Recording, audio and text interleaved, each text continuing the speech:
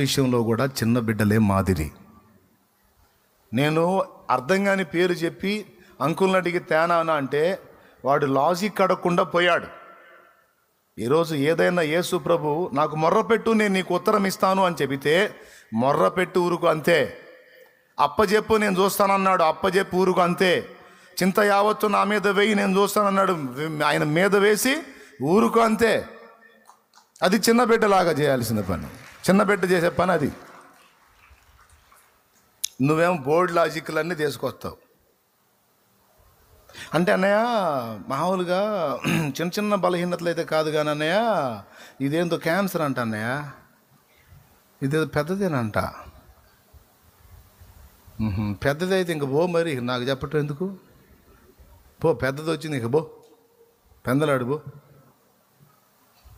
అట్లా కోపడవాకన్నయ్య, మామూలుగా కొంచెం పెద్ద సమస్య అని చెబుతున్నాను. పెద్ద సమస్య అయితే చిన్న సమస్య అయితేనే నీకు నాకు పెద్ద సమస్య, అది దేవుడికి పెద్దది కాదుగా. నువ్వు దేవుడి ముందుకు వచ్చి దేవుడికి పెద్ద చిన్న అని చెబుతా ఏంది? ఆయన కనికరం నీ మీదకి వస్తే అది ఎంతటిదైనా సరే అడ్రస్ లేకుండా చేయగలుగుతాడు ఆయన. నమ్మాలి నువ్వు. ప్రభు యొద్దకు వచ్చేవాడు ఆయన ఉన్నాడనియు తనను వెదకు వారికి ఫలము దయచేయువాడనియు రూఢిగా నమ్మాలి కదా మొదట. ఎట్లా? కానీ చిన్న బిడ్డ చెప్పండి, మార్పు నుండి బిడ్డల వంటి వారైతే అంటే బిడ్డలాగా విశ్వాసం ఉంచాలి. ఈ రకంగా పిల్లల్లో ఉన్న క్వాలిటీస్ చూస్తే గతంలో చెప్పా, 2-3 సార్లు చెప్పా, అచ్చంగా దీని మీదనే టైం అంతా అయిపోయింది. అలాంటి క్వాలిటీస్ ఉంటాయి పిల్లల దగ్గర నేర్చుకోవటానికి. విచిత్రం చెప్పనా, మనం కూడా గతంలో పిల్లలమే.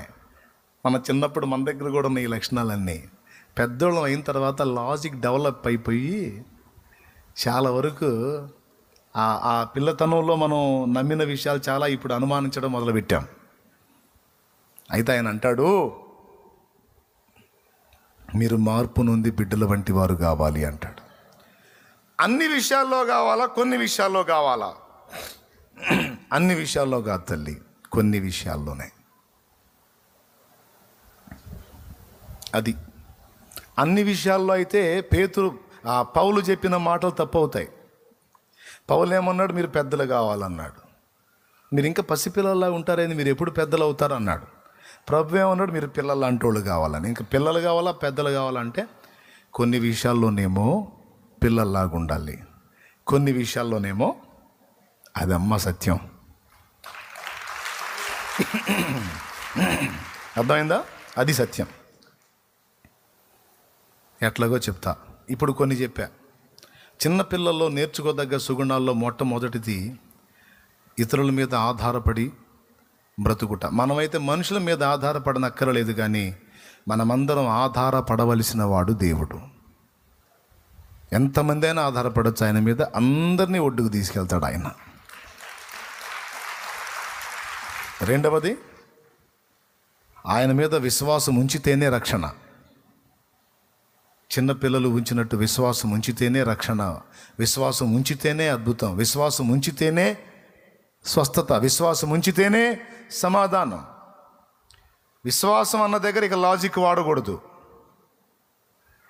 అంతే.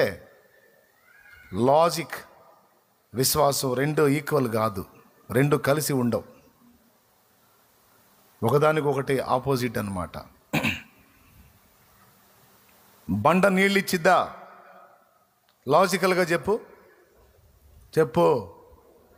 సముద్రం 2 పాయలు అయిద్దా? లాజికల్గా చెప్పు. ఎట్లా చేస్తావు? ఒక రాత్రి తెల్లవారేసరికి పాయలు అయిద్దా? అయిందిగా. చేదు నీళ్లు తీయటి నీళ్లుగా మారతాయా? చెంబులో మారతాయేమో, గ్లాసులో మారతాయేమో పంచదార వేసుకుంటే. ఒక చెట్టు కొమ్మేస్తే మారిపోతాయా? మారినయా లేదా? కొత్త కుండలో ఉప్పేస్తే మారతాయా? మారినీగా.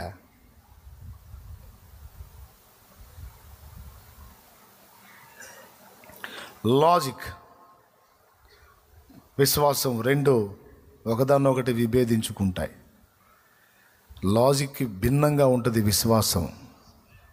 అంటే ఏంటి? అది ఎంత తర్కానికి వ్యతిరేకంగా ఉన్నా నేను నమ్ముతా. ఇది భక్త సింగ్ గారు అన్నాడంట. ఒక ఆయన దగ్గరకు వచ్చి, యోనా అని చేప మింగిందంట, తిమింగలం మింగిందంట, కడుపులో 3 రోజులు పెట్టుకుందంట, మళ్ళా 3వ రోజు బయటికి ఎక్కిందంట. ఎవరికి చెబుతారండి మీ కథలో? తిమింగలం యోనాని మింగటం అంటే భక్త సింగ్ గారు అన్నాడంట, బాబు, యోనా మనిషి, తిమింగలం చాలా పెద్దది. లాజికల్గా ఆలోచించుకున్నా అంత పెద్ద తిమింగలం ఇంత చిన్న మనిషిని మింగటం గొప్పేం కాదు, ఈజీగానే జరిగిపోద్ది. కానీ తన చిన్న నోటితో యోనా అతిపెద్ద తిమింగలాన్ని మింగాడు అన్నా కూడా నేను నమ్ముతా, దేవుడు చెబితే అన్నాడట. స్తోత్రం. అర్థమైందా? అంత పెద్ద నోటితో యోనాను తిమింగలం మింగటం గొప్ప కాదు నాకు. తన చిన్న నోటితో అతిపెద్ద తిమింగలాన్ని యోనా మింగాడు అని దేవుడు చెబితే నేను నమ్ముతా, అంతే అన్నాడు. అట్లెట్లా అని నేను అనను. నా దేవునికి సమస్తము సాధ్యమే.